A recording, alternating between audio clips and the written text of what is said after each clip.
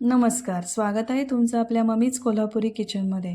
कधी-कधी आपलं दूध घरातलं फाटतं. त्या फाटलेल्या दुधापासून काय करायचं हे कळत नाही. आज आपण इथे मलाई बर्फी करणार आहोत. अगदी स्वीटमार्टमध्ये मिळते तशी. तुम्हाला हवी असेल तर ती सॉफ्ट पण ठेवू शकता किंवा 2-4 दिवस टिकण्यासाठी ती थोडीशी कडक पण करू शकता.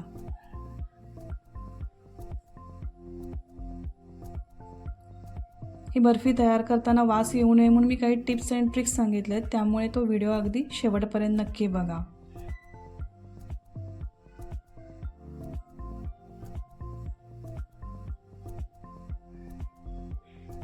जर तुमच्या घरी फाटलेलं दूध नसेल किंवा फुटलं नसेल तर तुम्ही अर्धा लिटर दूध थोडंसं लिंबू पिळून फाडू पण घेऊ शकता.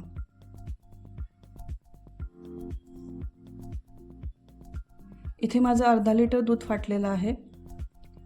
पूर्णपणे फाडून घ्यायचं आहे. नंतर एका चाळणीमध्ये ते गाळून घ्यायचं आहे.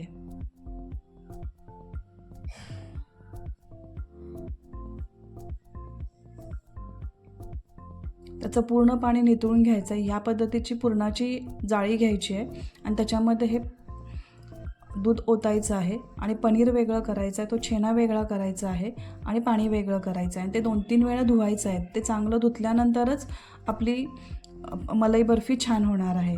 आणि अर्धा लिटर दूध आपल्याला उकळवायचं आहे साईसहित, पाणी न घालता, आणि एका फ्लॅट पॅनमध्ये परत गरम करायला ठेवायचा आहे. आणि तो जो आपण छेना वेगळा केलेला आहे तो मोकळा करून त्या उकळलेल्या दुधामध्ये टाकायचा आहे. सुरुवातीला 1 ते 2 मिनटं आपल्याला गॅस मोठा करून तो छेना व्यवस्थित मिक्स करून घ्यायचा आहे.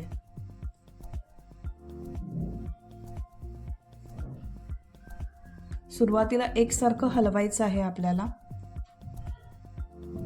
जोपर्यंत तो पूर्ण छेना त्या दुधामध्ये मिक्स होत नाही तोपर्यंत व्यवस्थित हलवत राहा.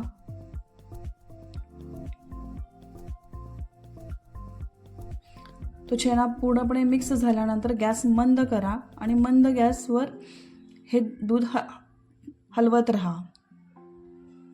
1 ते 30 ते 40 मिनिटांनी थोडंसं दूध आटलेलं आहे आणि छेना व्यवस्थित अगदी मिक्स झालेला आहे. जवळजवळ 40 ते 45 मिनिटांनी आपल्याला पाऊण वाटी साखर टाकायची आहे. साखरेचं प्रमाण तुम्ही कमी जास्त करू शकता. आता परत थोडंसं मिश्रण हे पातळ होणार आहे. साखर विरघळल्यानंतर परत ते सैलसर होणार आहे. त्यामुळे आता परत आपल्याला एक 10 ते 15 मिनटं अगदी मंद गॅसवर हलवत राहायचं आहे. थोडे पेशन्स ठेवून आपल्याला ही बर्फी करावी लागणार आहे. त्यामुळे तुम्ही इतर कामं करत करत जरी तुम्ही ही रेसिपी केली तरी चालेल. फक्त अधूनमधून एकसारखं हलवत राहायचं आहे.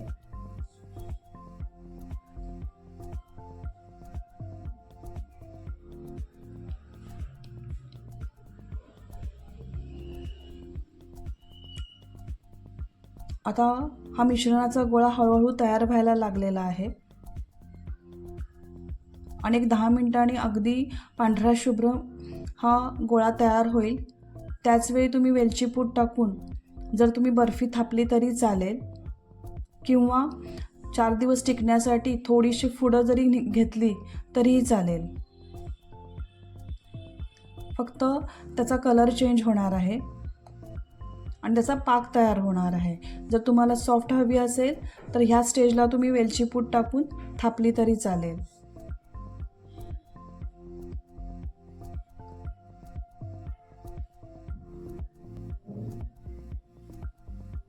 या स्टेजला तुम्ही बाहेर काढायची आहे आणि व्यवस्थित ती थापून घ्यायची आहे. अगदी गोळा पांढरा आणि व्यवस्थित तयार झालेला आहे.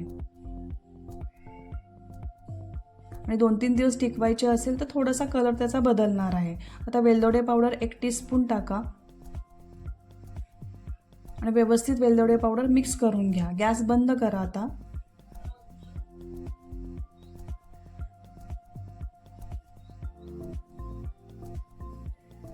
वेलची पावडर व्यवस्थित मिक्स करून घ्या.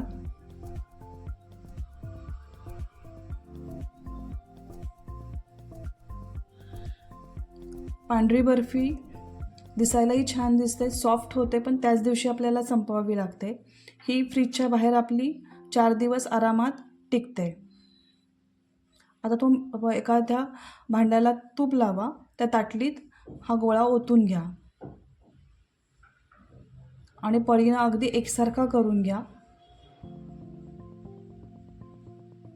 हाताने व्यवस्थित त्याला व्यवस्थित शेप द्या. वरून काही काजू वगैरे लावायची काही गरज नाही.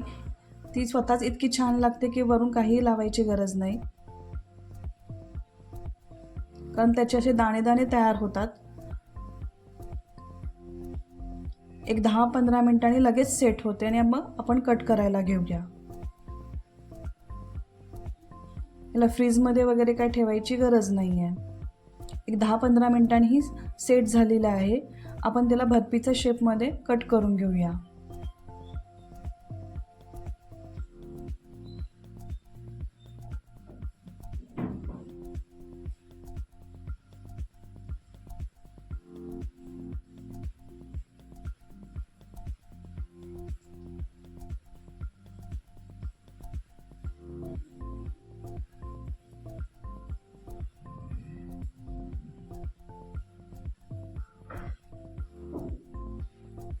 हे बघा, कुठलीही मिल्क पावडर, खवा, पनीर काहीही न वापरता छान अशी आपली मलाई बर्फी तयार झालेली आहे. चवीला अगदी छान लागते, तोंडात घातल्यानंतर विरघळते. जर तुम्हाला ही स्वीट रेसिपी आवडली असेल तर लाईक करा, शेअर करा आणि कमेंट करा आणि माझ्या चॅनलला सबस्क्राईब करायला विसरू नका. परत भेटूया अशाच नवीन रेसिपीसहित. तोपर्यंत मस्त खा आणि मस्त राहा.